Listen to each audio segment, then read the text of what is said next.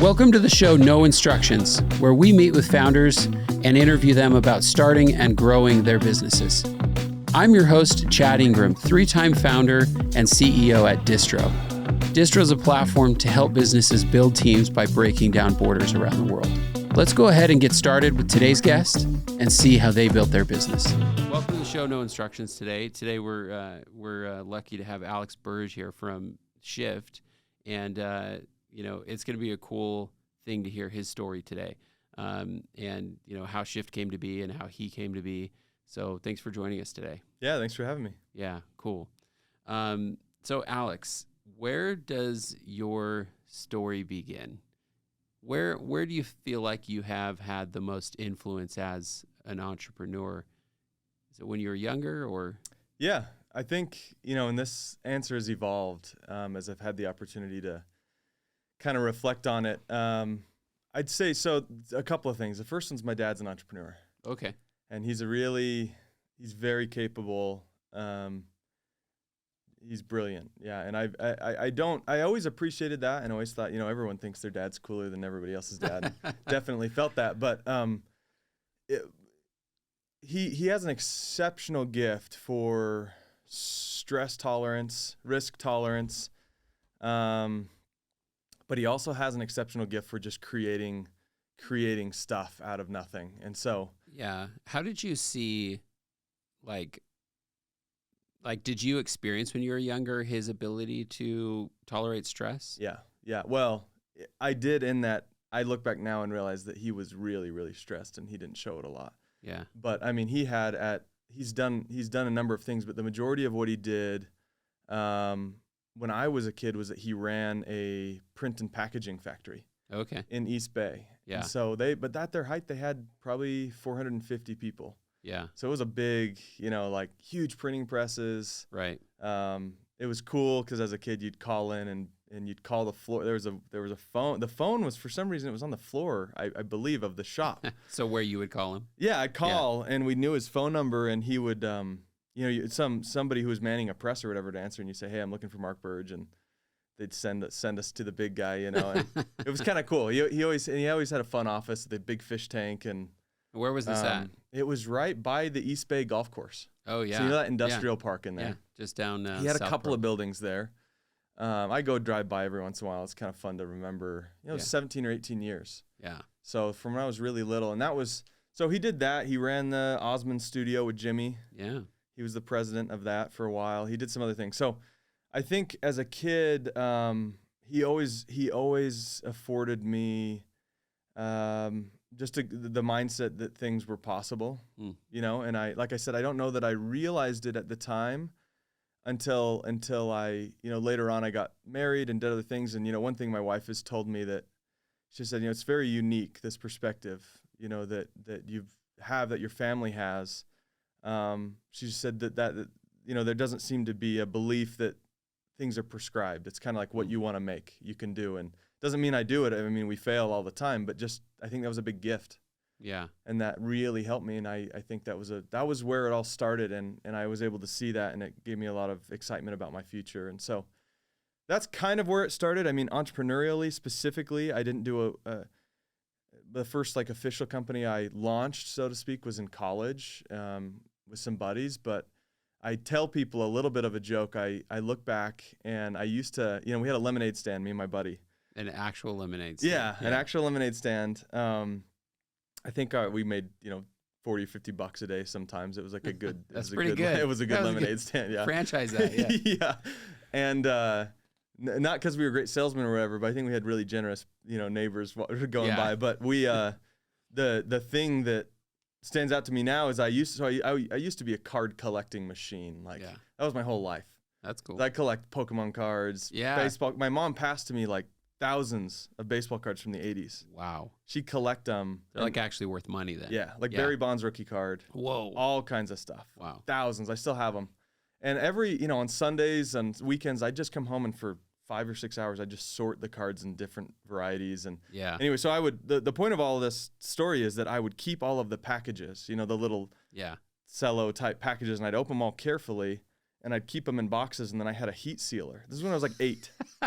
And I would go and I'd repackage them and I'd seal them, and they looked brand new. And so I'd sell them at the lemonade stand. I'd give them to my friends for their birthdays, and somebody was like, "What the heck? I got 11 energy cards, you know?" It's like, so you were hustling. I was a con man since the 90s, man. Yeah, I've turned a new leaf over. Yeah. I don't con people anymore. But Hey, no, that's not a con. You're solving a real problem. there we go. Yeah, they get it out. My holographics are already scratched. You know? That's like, weird. Oh, that's weird. Factory problems. I don't know. I'll talk to them. So that's my only real inkling of entrepreneurship is that. But anyway. That's really cool. So let's fast forward to school. Where'd you go to school? At college? Yeah, I went to BYU. Okay. Yeah, What'd you study? Supply chain. Really? Yeah. Well, that turned out handy. Worked out. Yeah. You know, it's funny. I've interviewed a lot of people, and I feel like from the people I've met with, there's actually more often that somebody like switches gears completely, you know? Oh, yeah. But what made you feel like that might be, you know, a path for you, or what drew you to that sort of, you know, network, I guess? Yeah. So it was a chicken and egg thing for me. It was kind of, I was already, okay. So I served an LDS mission. Okay. Came home. Where'd you go? Louisville, Kentucky. Cool. Yeah. Kentucky's cool. Yeah. I loved it. Came back and of course didn't have any skills. I didn't have any specialties.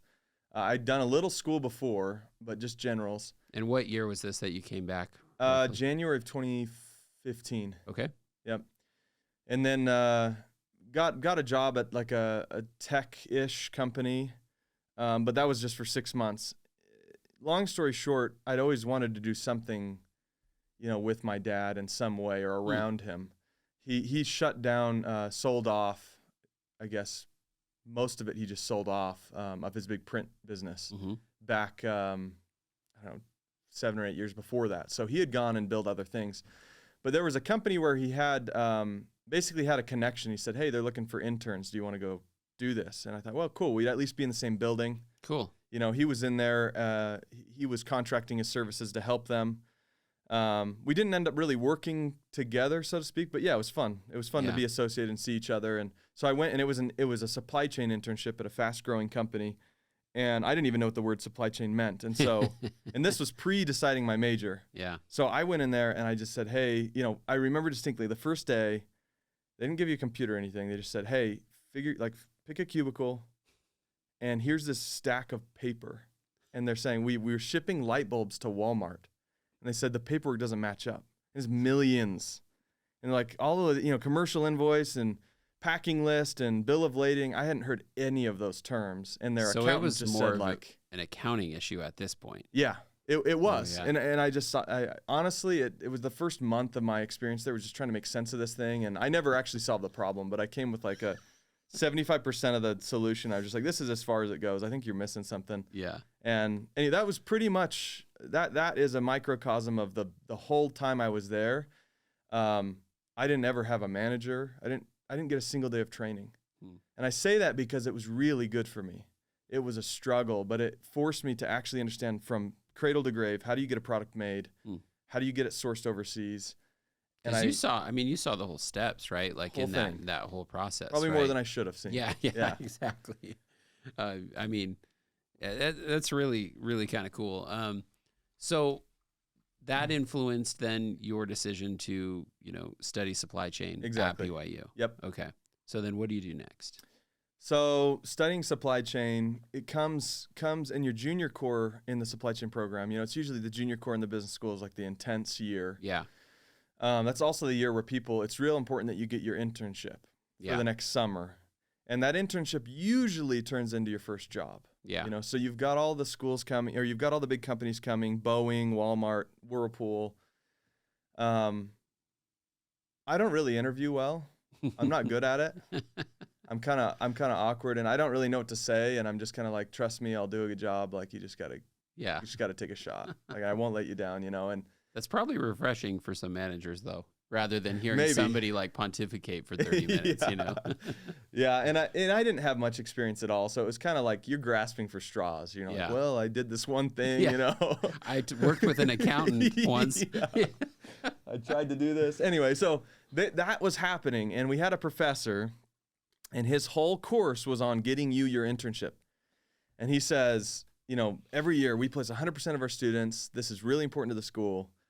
And come time, I do a few interviews, and the company I'm working for went bankrupt during that time. Wow. So I had this urge to go start another company. I'd done these little, wallet and towel companies and things like at night and on the side. Nothing significant. But I really just said, oh, man, I see so many things in supply chain that I want to change. And I don't have the power to do it here because I'm just an employee. But it wasn't right. And your gut's just like, it just doesn't make sense right now. And this is leading up. Obviously, I didn't know the company was going to go bankrupt. But eventually, it went bankrupt. And I was left with, okay, now I either need to go get a job, get an internship, or start a company. Because I was married. We had an apartment. I wasn't living with family. I had bills. Yeah. And so... Anyway, my wife and I thought about it, and it was like, yeah, we want to go start a company. We don't want to go get a job. I don't want to get an internship and work for a big corporation. All right, let's pause there. Yeah. Well, how did that conversation go with your wife? Like where was she at in, and where were you at in your head about, because it's so easy to glaze over that. Those are big conversations. Yeah, that's true. Like, how did that go? Honestly, she's a unicorn when it comes to supporting. Yeah. It's wild. Like she even now, and I'll maybe talk about this in a bit, but we're launching a new company that I think could be significant eventually, but will also be significantly risky to get going. And it wasn't even a question for her. I mean, it was just like, it's always like, who cares about money? Like if you're talking about like money versus something that you think you need to do, like it's not even a question. So it was awesome.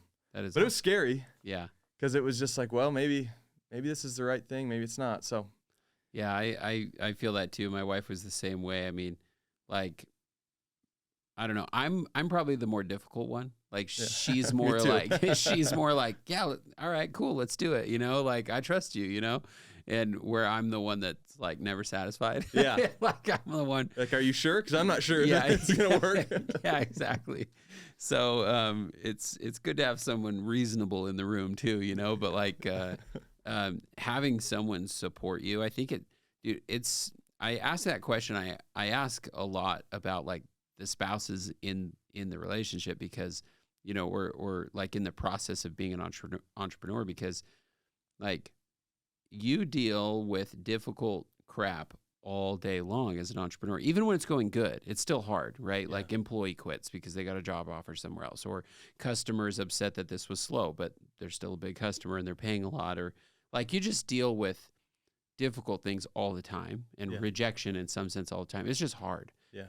To go home and then also deal with like a doubting partner is like just that's a lose Yeah, I think game. It's impossible. Yeah, it really is. Like, so, and every spouse and every entrepreneur, I think you kind of fade in and out of like enthusiasm, right? Oh, like, for sure. Like, we're not always firing on all cylinders, but like just having somebody who's mostly there with you, like almost all the time, is like so critical. So that's cool.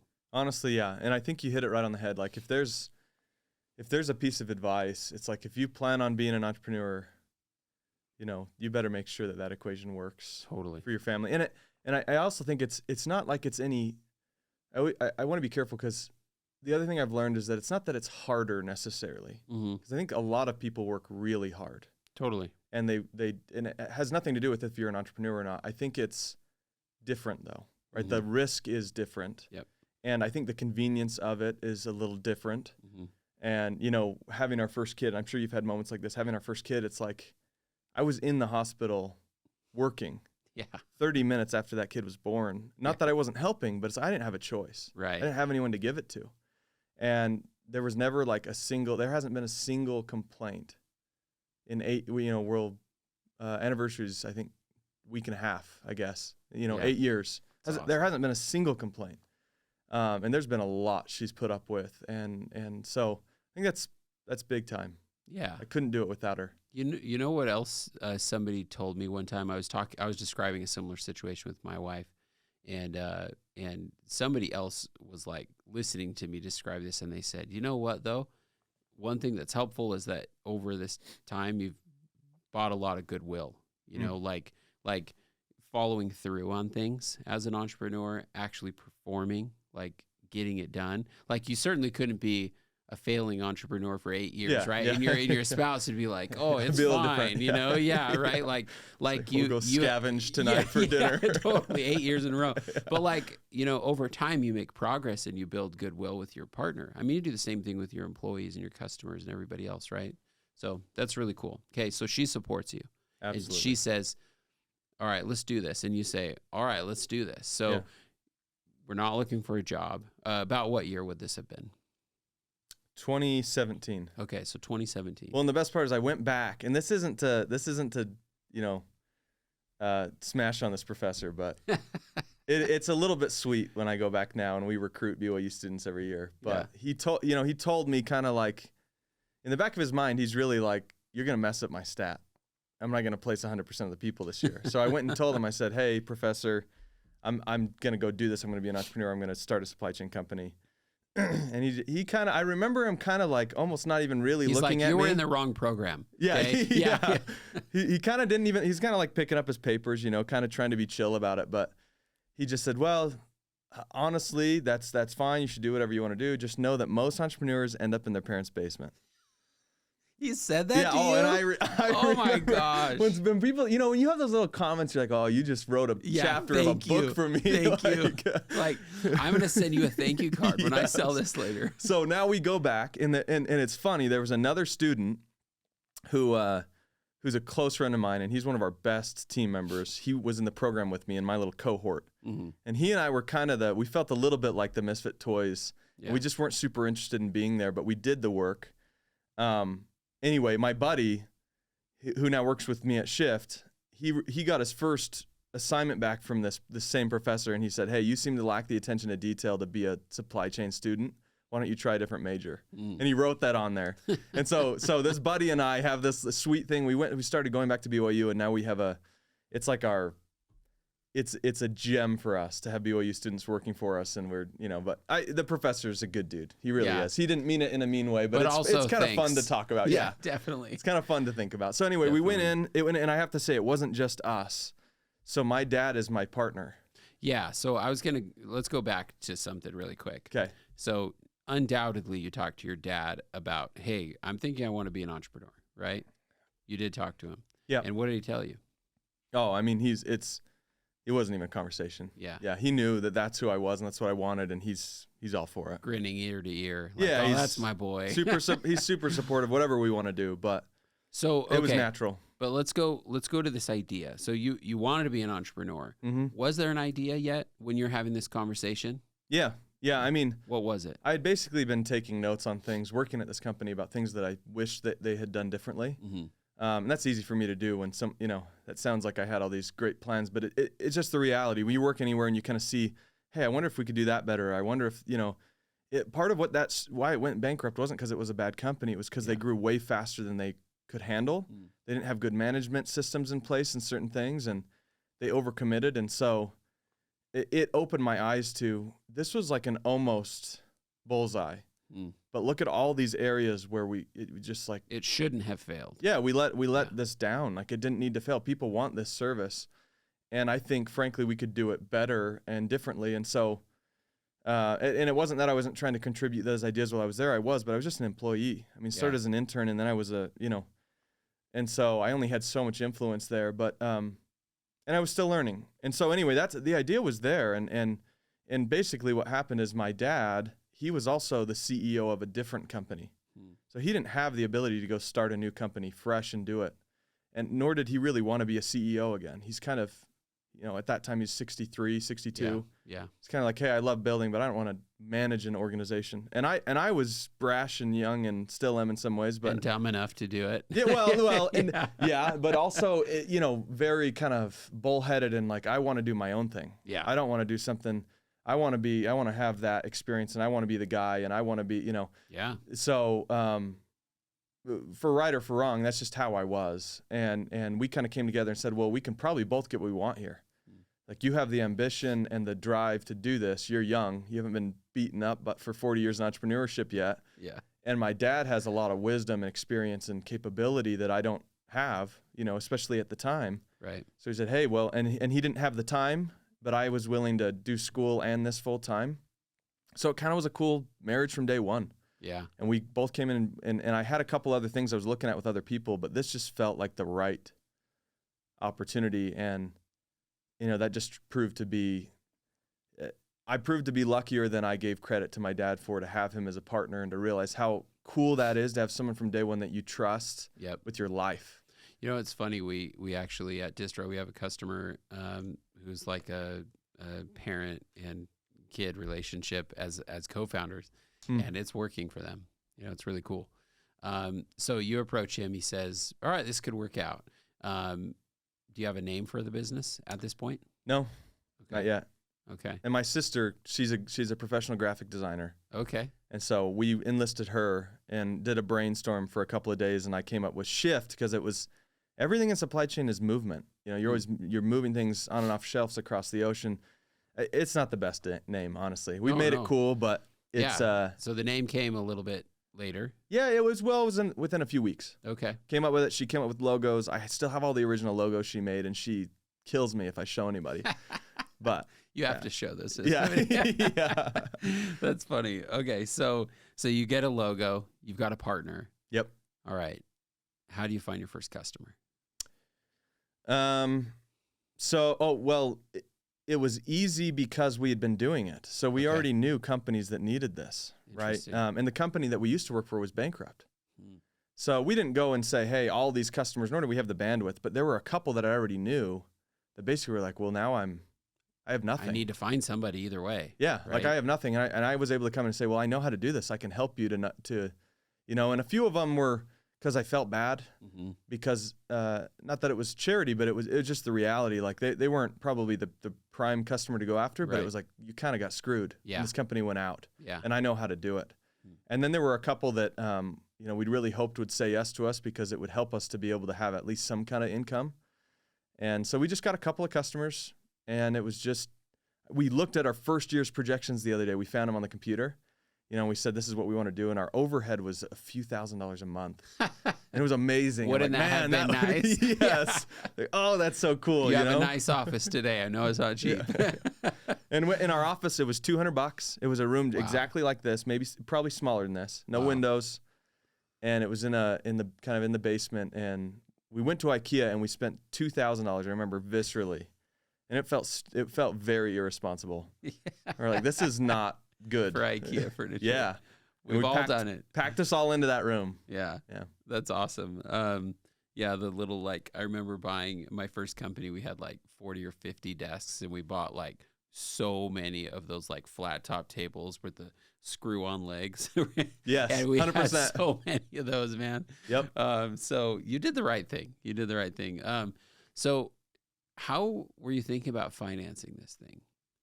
And how were you going to get paid? I mean, is it something where you thought, all right, well, maybe I can make an income if we get a sale right away? Or were you able to go to friends or maybe even dad and say, do we even talk to investors at this point? Is that even something you knew about?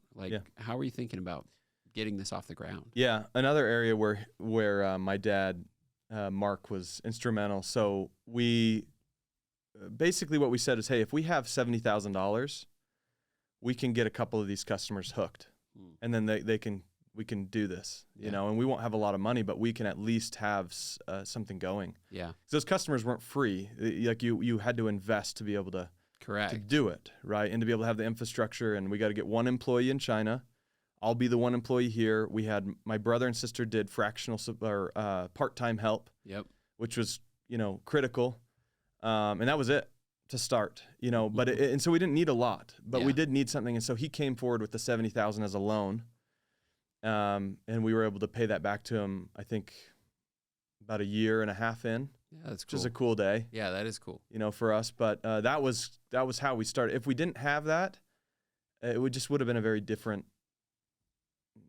Well, isn't there with the sales cycle? I mean, is the sales cycle long or short? Yeah, really long. Yeah, and then once, let's say you get a sale, is it something where you can pay charge up front to cash flow, or is it something you kind of have to wait on? Depends. But Or yeah, both. the whole process is pretty, Yeah. it's not ideal. Yeah, he says it's not ideal. It's still the biggest problem we have right now as Shyft is that sometimes it takes us 1.5 years to get a customer. Yeah, totally. That's a long time to work. Yeah, but I mean, you have great customers. Like Yeah, we are lucky. You guys have customers that most everybody listening here might be a customer of that product at some point. So okay, now you get going, you sell the first of your first few customers. Yep.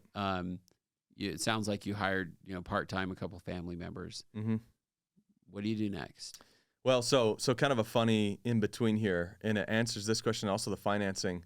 Yeah. So in addition to that, we had a bunch of hoverboards. And back before this chapter, they were the thing. That was huge. 2017. Oh, we dude. had somebody crash so hard at my office in 2017. Like the hoverboard exploded against the wall. It was amazing. Dude. Somebody fell so hard, and then we said no more hoverboards because we had an indoor half basketball court. And so people would be cruising around. Yeah. And anyway, they were the fun. thing. Yeah. And they were expensive too. I mean, my dad and I had worked on that project prior to starting Shyft. And so we had, anyway, long story short, there were some manufacturers that were, that were making these poorly. Yeah. Remember the whole fiasco where some of them were catching fire? Yep. So everybody got shut down. But there were so many. Everyone was buying them like crazy. Oh yeah, there would be 3 under every Christmas tree that year. Yeah, it was crazy. the coolest. It was the coolest escalation, and then the worst just descent into the pit of hell. It was bad because we were selling for $500 or $600 a piece. Mm-hmm. Number 1 sellers on Amazon. Really going crazy. So every time his phone would ping, ping, ping. Sold another one. It was leading up to Christmas. All of a sudden, people started to blow. Not ours. None of ours ever blew up. Yeah. But there were sellers who were cutting corners, bringing them over. So all of a sudden, they shut down the flights out of China. Wow. So inventory got stuck. And then Amazon, being a seller-focused platform, sent out no questions asked, no heads up, sent out an email to everybody who had ever bought any hoverboard from anyone and said, hey, free returns, full refund. You're potentially at risk. No questions asked. What? And so everyone, both out of fear and then out of they started just as many pings that were selling were just return for the next few months, and we were left with probably 2,000 or 3,000 hoverboards. But this was the early days too. This is super impactful to a little startup. Oh yeah. Well, and so this was actually, it was before we technically started Shyft, but we still had the hoverboards. And what had happened was people stripped them, took the batteries, took the parts, put them in a printer box, shipped them back, got their $500. We couldn't dispute it. So we didn't just have 2,000 hoverboards. We had 90% of them had to be rebuilt to be sold. Wow. And they were beat up, scratched, whatever. So what we did to help supplement, and this isn't because it was, hey, we couldn't survive, but we believed in the principle of this business has to pay for itself. We're not going to keep borrowing money. Yeah, totally. We're gonna have the grit to do this, and if it can't prove itself, we're gonna kill it. Yeah. And so it was in supplementing that small loan, because that loan really went to customers. Yeah. So our payroll was mostly supplemented by cash flows. So we would set up a fold-up table outside of Costco, right by where the Girl Scouts are. Yeah. And we would sell hoverboards, and my brother would fix them, and we'd sell them, and we'd get cash envelopes, and that would be part of our payroll for a while. Wow. And I had them in my garage. I sold the last one just 1.5 years ago. Oh my gosh! And I would go out. I would go out in the morning, and it would be raining outside. I remember, just like it was yesterday. I would fix one in the morning and get it ready, and I'd sell them for $25. Wow. They were $600 in their height. That's how they were. I got rid of them, and I remember taking a pouch of money to my dad and just wow, we got it done. So wow. Yeah, it was good. Those moments they're important. That's what you do it for. And it wasn't that the $4,000 was big. Yeah. But it was hey, you're going to bet on me. We're not going to fail. Yeah. Wow. You just look back. I think every company that has grown at scale, you guys are at today, everybody has these crazy stories. Now, think about how many people would be able to do that figure that out versus just lying down and dying, you know, because it would have been so easy to just stop or just give up, you know, like write it off a loss, you know, but you can't, like, you just can't. If you're determined to win, you just keep going. So that's really freaking cool. So, Thanks. Okay, let's go back to this. You have a few customers and you've got a few like part-time employees. You guys have been hustling, you know, selling hoverboards at some points, you know, to like cash flow. What do you do next? Like, how do you grow this thing? Yeah, I mean, it was all organic. We put our first dollars into marketing this year in advertising. Really? We've never had any formal sales or marketing. Part of it was because I had it seared into my brain that if you grow too fast, you let a lot of people down. Because that's what that company did. Yep. That was painful because I had to go to them and tell them, hey, we're out of business. Yep. And I didn't ever want that feeling again. And so, and my dad shares conservative principles in that way. So we said, we will grow as we can afford to grow. And if we can't do it, then we're not going to grow just to grow. And so. But the irony of that is you guys have grown a lot. We have, and we've been lucky. We've been lucky. So go back to it. Yeah. So I mean, that's how it started though, is we got some early customers. You know, those first few were enabling, but they, you know, they weren't going to get us all the way. Yeah. They were going to get us a little bit of a start, but it just became word of mouth, right? And we were really lucky. One of our early customers was Thread Wallets. We still have the privilege of working with them today. Colby, I've been friends with Ryan King, their CFO, since I was 5, like really close friends, still am. And he introduced me to Cole, and I knew Kinsey because, you know, as his sister used to hang out with my sister. And oh, cool. You know, anyway, so I got introduced to Colby, one of the most, you know, genuine, amazing people this planet's ever seen. And isn't he he's the CFO, right? No, Ryan's the CFO. Colby's the CEO. That's right. Co-founder and McKinsey. Anyway, long story short, Thread, other enabling customers who, you know, this was when Thread was a lot different than they are now. They were still, you know, obviously had done a lot of things right, but they were small too. Yeah. Just had a few people. We had a few people. Colby was kind enough to let us have an opportunity to support. And so it was customers like that, man. And they just came, and that's one thing I think really grateful for the patience of our customers, because we still make mistakes, but we were a skeleton, you know, back then compared to what we are now. And we feel like we got some grace from customers as we learned too. Yeah. So it just kind of snowballed, and it grew. And that first year, I remember we did, on that projection, we said we wanted to do $1 million. I remember the day that I saw our QuickBooks and that it was going to go, and it was only like, you know, it was middle of the year, and we broke $1 million. And I, first of all, actually, no, that's not right, because we didn't have QuickBooks. It was Excel. Yeah. but it was more ghetto than that. In the middle of the year, we hit $1 million, and I just thought, holy crap. I didn't think I'd ever see that number on a screen. Yeah. And, you know, most of it wasn't profits, but we ended that year about 2.3. And so we were profitable from like our day 45, I think, is when we clicked into profitability. But part of that was because we were so lean. We didn't have to make a lot of money to be profitable. So when you started making money, like, could it have been easy just to start spending all of it, or what was your Well, there wasn't that much of it. Well, yeah, but like if there was some profitability, you could have kind of eaten that up, you know, but it sounds like, you know, you guys, as you're saying, you were still lean. Like the focus was on being lean. Well, and my dad, and he says a lot. He says, don't play office.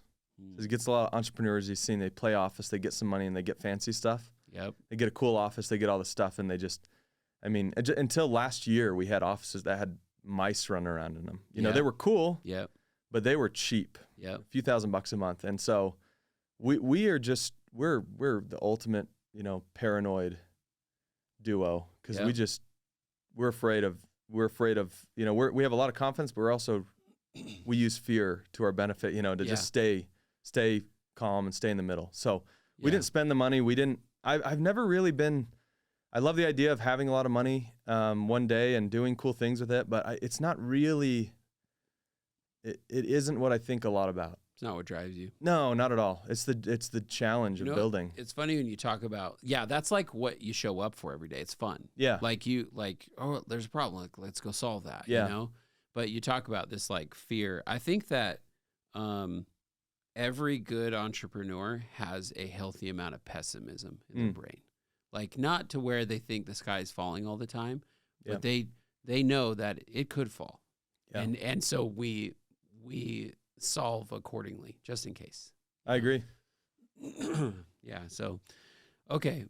Like what, does your dad join you full time at some point, or is he more of an advisor? Somewhere around like 1.5 to 2 years. So for the first couple of years, he was certainly instrumental, but he was full time doing other things. Mm-hmm. So it was a little bit more arm's length intentionally. That's how we set it up. But when part of it too was that we couldn't justify him coming and doing that full time either. Yeah. And so when that all lined up and he was ready to do some, kind of move away from what he was doing, and we could afford to, make the economics make sense. Yeah. Then we said, hey, we're both better off if we're doubling down on this together. Yeah. And so we did that. And so yeah, probably going into year 3 is when we were really focused together, 1.5 to 2. Yeah. So that would have been what, like 2020 or something? Yep. Or 2019? Yeah, 2019. Yeah. So, and what role did he come in as? Like, where did you hope he would help? I mean, so he is technically his role is chairman. Yeah. So he doesn't have in the org chart. He doesn't have people reporting to him. Yeah. But he's kind of a Jedi when it comes to he's a Jedi when it comes to negotiation strategy with factories. Interesting. So in a lot of ways, but specifically, he spends probably half of his year still traveling. For the last 30 days, he's probably gone 22 of them. Really? In So Vietnam, Mexico. Oh, all the time. Yeah. And he's owned factories. Mm. So, and I go over there. I go 3 or 4 times a year to factories and establish relationships. But when it comes to being able to, he's got the gray hair in a good way. He's got the experience, and he can talk to a factory owner in a way that generates some pretty unreal outcomes for our customers. And so he's a bit of our secret sauce, and that's the main thing. And then he and I always, we band together every day, talk about the company's challenges, problems, needs. But I run the company, and he really is kind of like a hired gun to. So at the point that he sort of joined you guys more full time, like how many people did you have at that point? Probably 5 or 6. Yeah. So you guys are still small at that point. Oh yeah. As far as headcount goes. Yeah. And then like, as you're going into that time frame, obviously the pandemic happens. What happened there? Like, how did that affect you guys? I remember where I was sitting when we heard about this. Actually I got a WeChat because we were all China at the time. Now we have offices in other countries, but China, our employee said, hey, it was Chinese New Year. Yeah. He said, hey man, there's this sickness going around. I think Chinese New Year is going to be extended by a few days. Wow. And I remember how frustrated I was because I'm like, we can't wait a few days. It's a sickness. On your employee in China. Because Chinese New Year is already brutal. Yeah. You have 3-4 weeks of customers needing things. And I'm like, guys, we can't. For sure. People are getting a cold. Like, we just got to get going. Yeah. And I had no idea what we were about to get hit with. Mm-hmm. But at first it was a little scary because I remember getting pictures from our employees that had barricaded their hometowns. They couldn't come home from Chinese New Year. It was like I Am Legend movie over there, Right. And it was just like, this is why. So we all thought.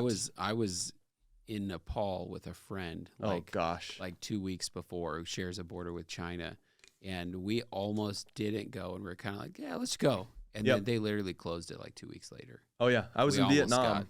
Yeah. In the air when they closed down San Francisco and we were landing in San Francisco. It was crazy. Oh my god. It was bad. But yeah, COVID happened. Long story short, I think what it did though is it forced us to set up an office in Ho Chi Minh City, Vietnam.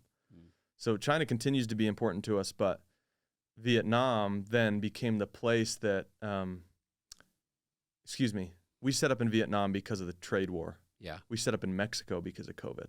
Yeah. So now we have offices in all 3 of those regions. Right. And so really the trade war and COVID have been catalysts to us becoming a more capable engine and kind of being able to now help people get to different parts of the world. And I think that's been a big reason why we've been able to keep growing. So we didn't just stay as your China guys, we can look at the whole world now. Somebody actually sent me a quote. It might actually even be worth looking up and reading, from Andy Grove. Have you ever heard of Andy Grove? I've heard the name. I don't. So Andy Grove's an old school microchip processor programmer in in Silicon Valley, and he built, he wrote the book on called OKRs. Okay. And so like old school Silicon Valley guy, and I mean old school. He's like probably 70 now, but he still gives talks on this because like he was part of Silicon Valley before it was real cool when they were literally doing like microchips. Yeah. And someone shared this quote, a friend of mine actually who's been on this podcast, he texted and said, "Bad companies are destroyed by crisis. Good companies survive them, and great companies are improved by them." And Andy Grove said that. And it reminds me of what you're talking about. It's like as crappy as it was, the things that you were dealing with, and for some even today who, some sectors are been impacted by somewhat of a recession in the last year and a half, certainly the tech sector. And it's like, the best companies and the greatest companies will be improved by these crappy situations. Yeah. And so I think it's a hopeful message too, right? Yeah. Especially to like new entrepreneurs. You talk about maybe there's a pending recession. Maybe I think some of the biggest companies in the world came out of the recession the last time. Definitely. I mean, so look at it, try to keep positive, stay upbeat, because it's going to open up some cool windows. You never want to see people suffering, but that's the point, is maybe we can make some products and make some companies that help. Yeah. That people need, that help them get through that. And it's cool. Yeah. I mean, if you stop and look at like, the Airbnbs, the, Uber, I don't know if you've heard of like Fiverr, or, a lot of these like very big companies now that a lot of us use all the time were created post-recession, post 2008 recession. These companies, a lot of them were started 2010, 11, 12. And that's going to happen again right now, like post-pandemic, post, slow economic slowdown we have been experiencing. Like it's going to be really interesting what happens. So you guys go through, you make some, diversification, and then like, what happens next? Does the pandemic become helpful or more hurtful? Like, what happens with the company? Yeah, it technically, from a revenue perspective, stunted, because we had the same revenue. That was the only year we didn't grow.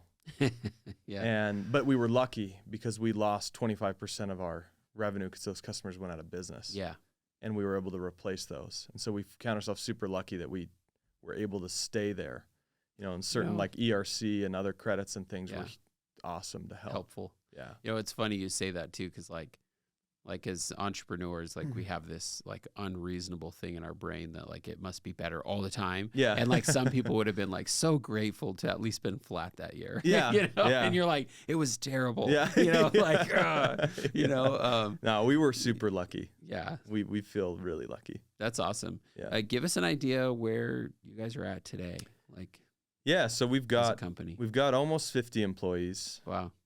We've got, like I said, our headquarters is in Orem here in Utah. And then we've got China, Ho Chi Minh City, and Mexico City. Mm-hmm. And those are all full-time, team members down there. And then we've got about 15 overseas and 30 here. So I did get to visit your office once with Levi. It was cool.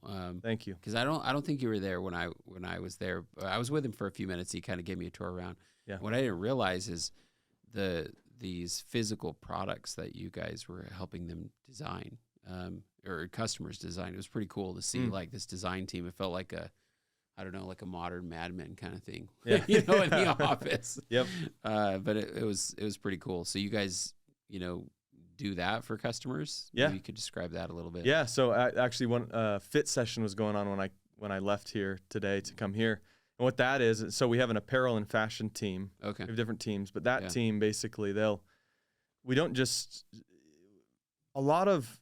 say that we're a sourcing agency or a trading company, because a lot of those companies, they're really like, hey, here's a T-shirt, or this is what I want to make, and they find a source and they get it. Mm-hmm. It's a little bit more trinkety, it's a little bit more transactional. Is probably a better word. Yeah. For us, we've really tried to build at the level of competency that any brand would be lucky to have in-house, so that when we partner with them, we truly are a plug-in to their company. So on the design side, we have unbelievable designers that have come from big corporations, in soft goods and accessories, apparel and fashion, packaging, hard goods. Yeah. And so whatever that brand needs, we'll actually build a program. And so we've done, for example, for Brixton. I don't know if you know Brixton, but for sure. Oceanside.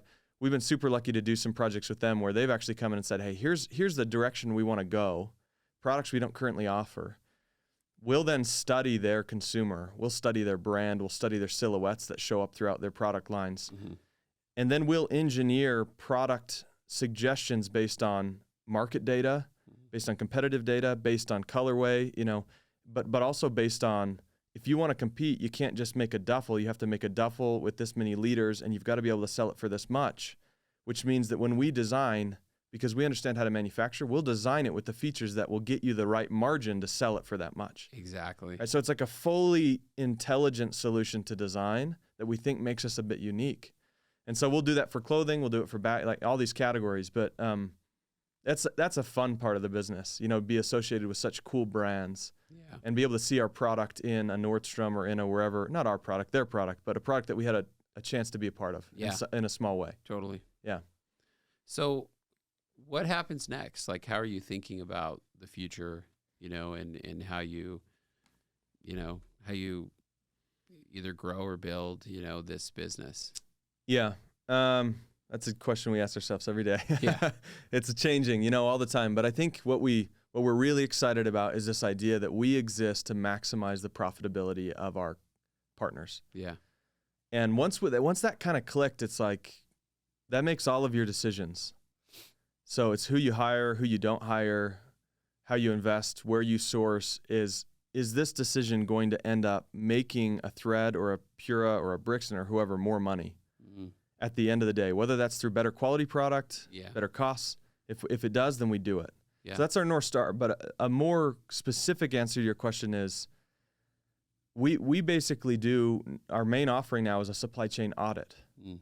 So you come to us, let us audit your supply chain. We'll audit everything from your product line to where you source it, how much you source it for, what your quality's like, what your lead times are like, what your cash flow's like, what your inventory strategy is, your 3PL strategy. And we'll actually come and present to you, hey, you're doing X, Y, and Z really well. So we're not going to disrupt that. Yeah. But A, B, and C, we think that there's room to really do better. Is there opportunity where somebody could go to you guys independent of the supply chain and even just for the design? Oh yeah. Yep. Because it is cool to see the team of people there that were building those products. It's pretty, and it's intense. There was I was kind of amazed. I hadn't really seen anything like that. And in specifically, I think I saw bags and some hard goods and stuff like that. And it's just cool to see that. But yeah, I mean, is that something that you guys also offer? Yeah, and we do that all the time. Yeah. Branding, we'll do it standalone, product design standalone. And that's kind of the purpose of this audit, is that we used to be this, hey, if you want a new factory, come to us. Yeah. Then we realized that a new factory is one of 24 different supply chain functions that would, again, drive more profits for these people. And we know how to do those. Yep. So let's audit the whole thing. Let's offer them the solutions where we think we can add value. And it doesn't have to be an all or nothing. It's really a partnership, and we come in and augment, and you don't have to then build all that overhead and have a big team. We can use us to do the things that you're not focusing on. So, all right, let's look at this whole journey kind of holistically, because it's been 6-7 years you've been building this, right? Yeah. So not a short time. That's actually a long time for a millennial. Yeah. It's a long time. I've been through a couple startups since then. Yeah. So looking at this, how are you feeling personally today, more recently, call it the last year or whatever, compared to how you started the first year? How do you feel as a leader, as an entrepreneur? How's it felt? Yeah, it changes day by day. I think you hit it on the head earlier where you said some days you're not always firing on all cylinders, right? Yeah. But other days you're like, I'm going to conquer the world. And I think that's just what it is. And it's no less of a roller coaster now than it was the day I started. But I feel like I have an unbelievable amount of people around me that have made it a lot easier to bear, and that are a lot better than I am to do their jobs and to help us grow. So that helps. I think as a human, honestly, my whole goal in entrepreneurship has changed to where, you pretty quickly realize that the goal, right, is to become like the kind of person you want to be in life. And that's like very cliche, but for me, that's what entrepreneurship is doing. I'm hoping it's going to keep refining me and gives me a vehicle to learn how to be the person that can one day inspire people and somebody that people want to be around, because I make them, I help them along their way and help them feel excited and give them support. And, that just seems like that would be a killer life to live. And I'm not there yet, but I do see like the Alex now, and I look at the Alex then, and I do see some of the rough edges have been chipped off, and I think I'm a little more thoughtful and certainly more experienced. But then I see like the Alex I hope I am in 10 years, and it seems like it's a long way away, but it's just one day at a time. Yeah. So, but I feel excited. I feel super bullish on Shyft. I think with the team that we have, I think it can go to the moon, We just got to be patient and keep going and keep investing. And so I'm excited about it. Yeah, for sure. It's crazy how, like literally, some people that haven't done it, it's hard for them to feel that, like the highs and lows, like true highs and lows. Like one week or one day, 1 hour, I could be feeling incredible, right? And then a couple hours later, it's like, damn it, like something Seriously, happens. You're like, right? just sell the damn business. Yeah, I want out. Yeah, totally. Like, I can't do this anymore. And the next day you're like, okay, talking about, Yeah, totally. And that's like, unfortunately, that's normal. Like that is part of it. And again, whether you're winning, whether you're losing, hour by hour, it's part of the process. So it's crazy. And I think